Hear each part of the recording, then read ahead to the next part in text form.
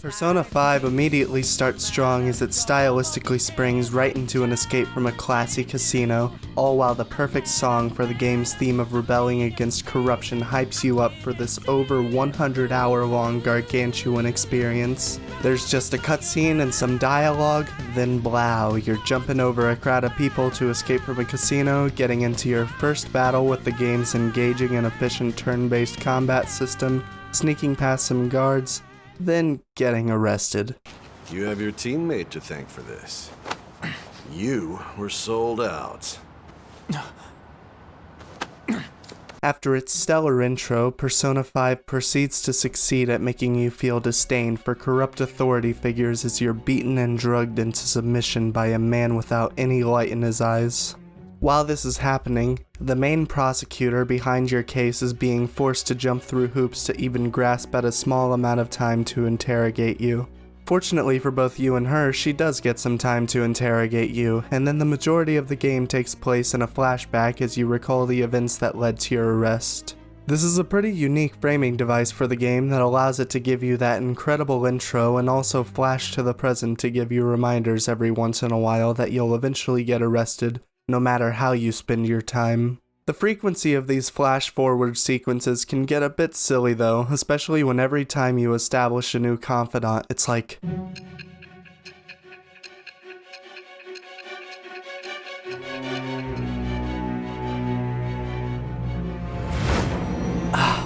No, it can't be. In order to succeed in your crimes as a phantom thief, you must have needed a lot of confidence, something that a beta male looking ass high schooler such as yourself has a very limited supply of. In fact, I'm willing to bet that the only way you could have gained the confidence to commit your crimes is inebriation by means of alcohol. Since there's no way for a minor to legally obtain alcohol, you must have had a dealer that was willing to illegally supply you with every drop of alcohol you needed. Tell me, who gave you the booze? Especially in the beginning of the game, so many things are happening in the main story and so many new confidants are being established that it begins to feel comedic when the game flashes forward for the third fucking time that hour, which, trust me, is a lot more than it sounds like in a game as long as this one.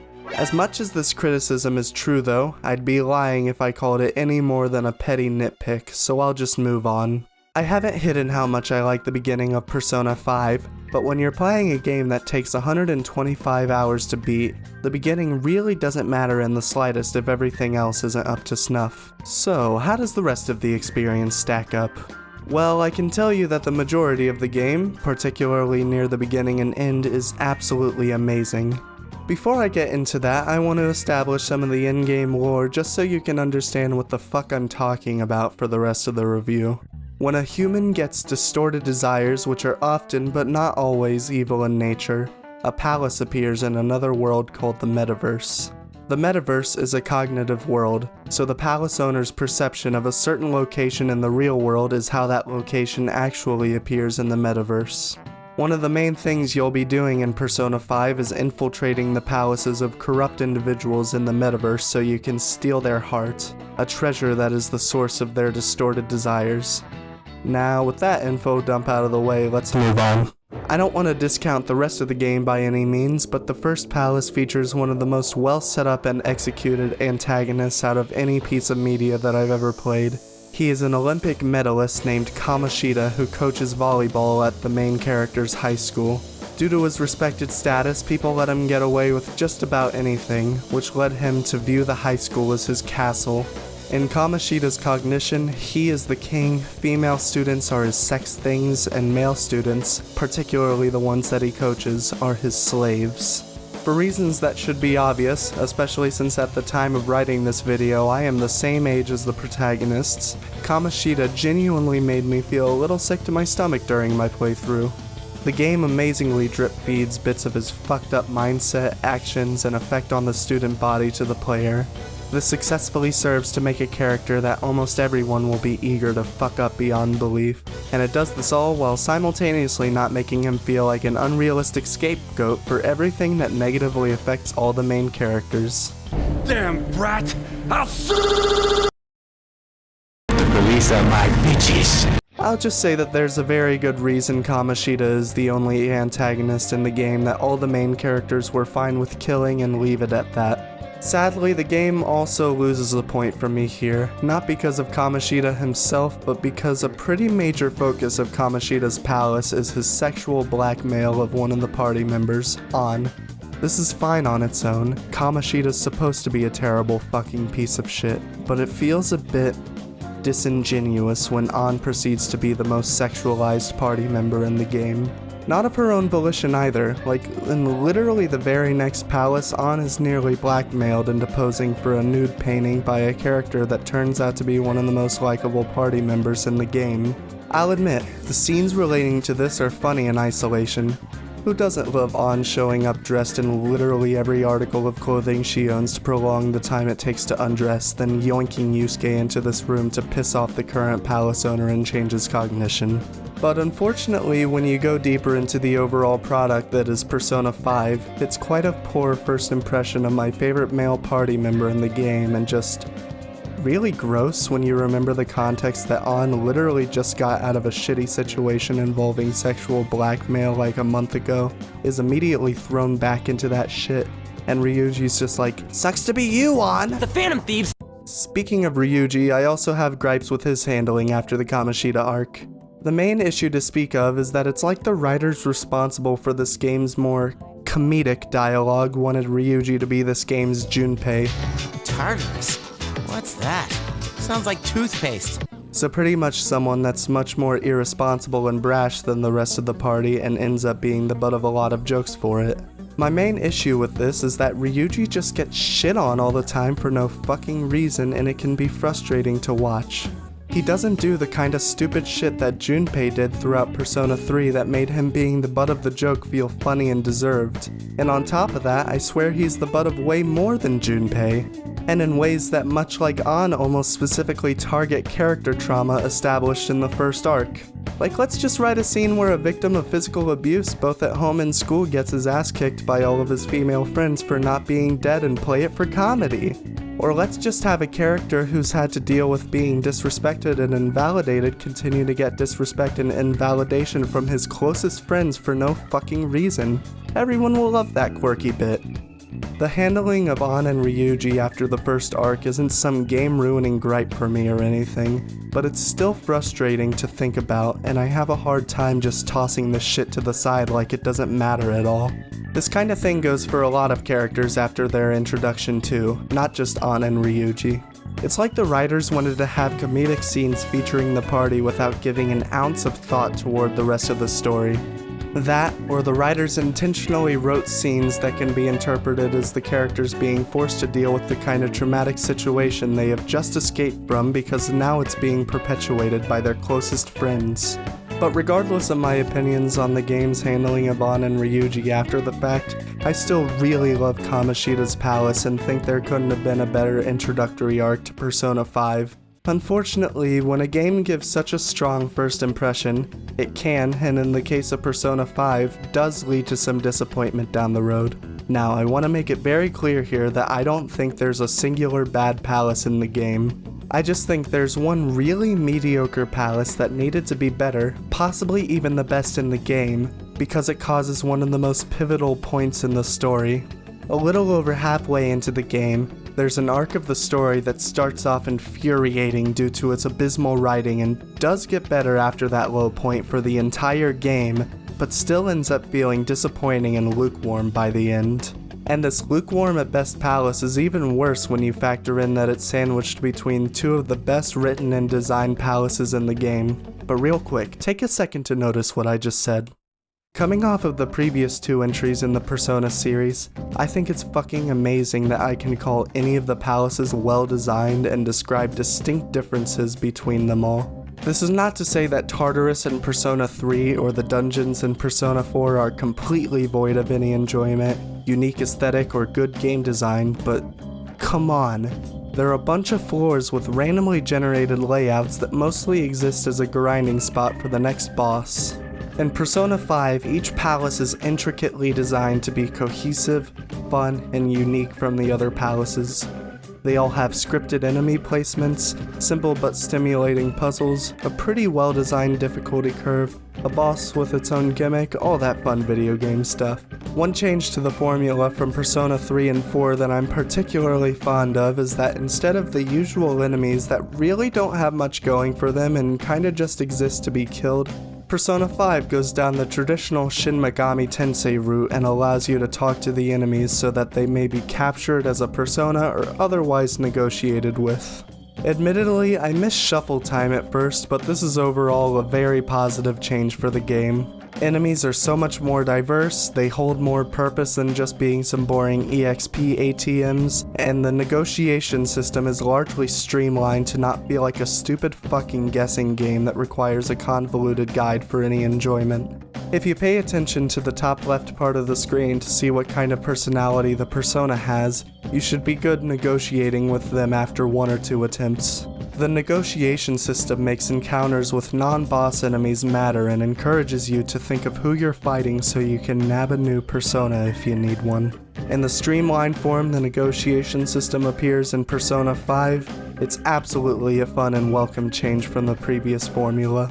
I want to make it clear that I don't think the palaces are some masterpiece of game design or anything. If I wanted a game where I could explore well-designed dungeons, I'd play Zelda, but all of them are considerably more engaging and fun than the other Persona games' dungeons.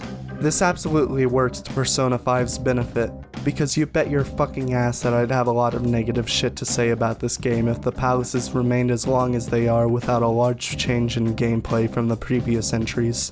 To put the dungeon length in perspective, Persona 5 is considerably longer than Persona 4 Golden. On average, about 30 hours longer in fact. For whatever reason it may have been in my case, it was 50 hours longer.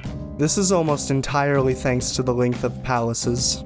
They're just really fucking long, and outside of the whole JRPG dungeon crawler side of the game, there really isn't anything that should take significantly more time than the previous entries, with the exception of trying to fully wrap your head around Shibuya in the first month or so. On top of infiltrating the palaces of people with distorted desires, there's also a really large optional palace named Mementos. This palace is most comparable to Tartarus in Persona 3, being a large and randomly generated structure with the main utility being grinding and side content. Unlike Tartarus though, grinding in Mementos is not required to be able to comfortably progress through the game and is also very forgiving. I don't think I died a singular time in Mementos, which is fucking relieving coming from some of the bullshit in Tartarus. Just keep in mind that despite what I said about it being optional, you're gonna want to go to Mementos at least once after every palace and get as far as the game will let you. I can't reveal the reason why because doing so would require me spoiling the last 5 to 10 hours of the game, but at some point you will have to complete all of the floors in Mementos for required story progression. Anyway, I know some people don't like Mementos, but I really didn't mind it. I loved vibing to the monotonous but catchy as hell music while driving a literal fucking cat bus through dark railroad tracks and ramming into some of the creepiest shit the game has to offer. I'm not even a person who gets much enjoyment from grinding, so it's pretty impressive that they managed to make a gigantic spot that's meant for grinding entertaining to me.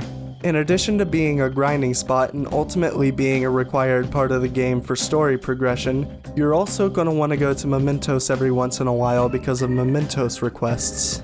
These are basically optional requests to change the hearts of individuals that aren't corrupted enough to have their own palace. Mementos requests are a pretty good addition to the game in my opinion, but even if you don't like them, you'll want to keep up with them anyway because they're required to rank up a large number of confidants, Persona 5's name for social links in Persona 3 and 4. I've already gone over social links in my Persona 4 video, and chances are that if you're watching this then you probably already know, so I'll keep my description brief. From Persona 3 and onwards, the main gimmick of the Persona series is that in addition to being a turn-based JRPG, it's also a social simulator where you play as a high schooler. The main goal is to rank up social stats and bond with the confidants around you, whether it be party members or characters that exist for the main purpose of being a confidant. Every major action you take, so pretty much every time you go to the metaverse, do something to boost social stats or bond with a confidant, takes up a time slot or 2 in the case of going to the metaverse. You have 2 time slots per day and a limited amount of time until the end of the game. This means that Persona 5 ultimately becomes a game of time management that's perfectly marketed towards socially inept losers like me. This is the most appealing part of the game to me, and I'm willing to bet a huge part of what makes Persona more popular than the mainline series of Shin Megami Tensei games. This theory is further proven by the fact that the more Atlus leans into the social aspect and waifus of the Persona games in the marketing, the more successful the games have been sales-wise. Persona? What's that? I'm just here to fill the void of social interaction I don't receive. As I say this, please do keep in mind that I've never beaten Persona 3, but I'm pretty confident that Persona 5 has the best social links in the series. The reason for this? Well, in Persona 5, there's a very distinct shift from a lot of kinda random students and adults as social links to students with specific hobbies or professionals working in distinct fields as confidants. This isn't a dog on Persona 3 or 4's social links. They're pretty enjoyable, and it's fascinating observing how thematically relevant they all are to their respective games. But this also applies to Persona 5 as well, and on top of that, Persona 5's confidants are all pretty interesting even before you can bond with them. You've got a shady back alley goth doctor that tests medicine on you in exchange for selling drugs for your studies, your overworked teacher with a side hustle of working for a shady maid service, a gun model shop owner with ties to the Yakuza, a pretty upstanding politician whose career is in a slump from a stupid mistake he made decades ago, some girl that plays shogi in church, a hot gay European artist named Yusuke. Do I need to keep going? Most of the confidants are people that seem pretty interesting before you even get the first rank with them, and I'm a really big fan of this shift from the previous games. Completely ignoring the story, there's now a lot more gameplay incentive to bond with confidants as well. In Persona 3, the only benefit to doing social links was extra EXP when fusing personas of a certain arcana. Persona 4 got a little quirky uwu and gave all the party members unique abilities and skills to be unlocked from bonding with them, in addition to the previous benefit, while side characters were still just EXP boosts for fusing personas. Persona 5 went all in, and now every optional confidant has pretty useful abilities that are based on their job or hobby. In fact, I think they went out of their way to give the most useful perks and abilities to side characters as a way to encourage the player to bond with them too. I could probably name all of the confidants off the top of my head if I wanted to, which is something that I just can't say for Persona 4. What Persona 4 does better than its successor, however, is making you care for the party members. I can think of two major reasons for this. Number 1, the majority of dungeons and boss fights in Persona 4 Golden are dedicated to party members. You get quite deep insight into the dark side of their characters before they're even a party member, and then the social link often elaborates upon and resolves many of their issues that are established with their introduction. You can sort of say the same for Persona 5, but only one party member has a palace, and it's quite telling that she's one of the most well-written and fan-favorite characters in Persona 5. But maybe her popularity is just because you can't spell cute without one of the letters in Futaba. Number 2. Persona 4, to the dismay of some fans, has a lot of arguably unnecessary scenes of the main cast hanging out with each other and just having fun. No matter what your feelings are on the inclusion of these scenes, it's undeniable that the extra screen time of the characters just being who they are on screen gives the player a clearer idea of their characters and fond memories of certain scenes associated with them. Persona 5 has a select few scenes of the party having time to relax with each other, but they're fewer, less memorable, and for better or for worse often focus a lot on the main story. None of the main characters can ever stop talking about the Phantom Thieves for the duration of the whole goddamn game, and you can argue that's a good thing for the overall focus and plot, but it can be pretty frustrating for me to look back on when it comes at the cost of caring about the main characters as much as I could have. I genuinely think the Persona 5 cast had more potential than Persona 4's, and the confidants with the party members that I was able to complete in my playthrough were more interesting to me than the social links with Persona 4's party. But I think that Persona 5 still ends up having main characters that fall a bit more flat than its predecessor, because there's not as much time to get to know and enjoy them. Overall, despite my bitching throughout this review, I actually really do like the party members. Outside of the lack of screen time, my only issue with the cast is odd, blatantly bad, or otherwise flanderized characterization of the party members for the purpose of comedy, which is unfortunately an issue in all the Megaton games that I've played any substantial amount of, and something that I can personally look past for the most part. Then when you add antagonists and confidants to the equation, you get one of the best casts of any game that I've ever played. I really like all the characters. Even the ones that get a bit more shit from the community were really enjoyable and well written from my perspective. If I had to have one complaint about the confidants, it would be that you can date nearly every female confidant. I'll get more specific on what I mean later because I don't normally take issue with this kind of thing. Being able to date most female social links is also the case in the other games, with Persona 3 not even giving you the option to opt out of dating the female characters if you do their social link. Though I don't mind it and normally pick someone if it's an option, I've never been a big fan of games including romance options. I guess I just accept it as it comes, but the girls you can date particularly stand out and strange in Persona 5, because almost half of the romance options are grown-ass women. I'm not gonna make some big stink out of it. It's a video game. It's targeted at a bit of an older demographic than the previous entries in the series due to having an 8-year gap from Persona 4 to Persona 5. No one is actually getting hurt by a teenage silent protagonist dating some older women, and you don't have to date the women to complete their confidants and gain all their benefits. But still, Joker's like 17 years old and you can make him date 4 women that could very realistically be twice his age. It's kinda fucking weird. Just something to think about if you don't like that kind of thing in games you play, or if you're into it. I absolutely love the soundtrack of this game. I don't want to get too deep into it because despite my ability to play and write music, I can't discuss music theory on a super deep level, but this soundtrack is over 3 hours of constant goddamn hits by Shoji Meguro, with all the vocal tracks being sung by Lin Inazumi, who has gotta have one of the best singing voices I've ever heard. Seriously, even though I can't understand the lyrics despite them being in English, I love every song she aids in the soundtrack. Persona 5 just has such amazing rebellious rock and acid jazz tracks. I swear, when driving places, taking a walk, or hanging out in my room, I listen to the soundtrack all the time and never get tired of it. And the music isn't the only part of the presentation that I'd consider to be in that S-tier kind of category.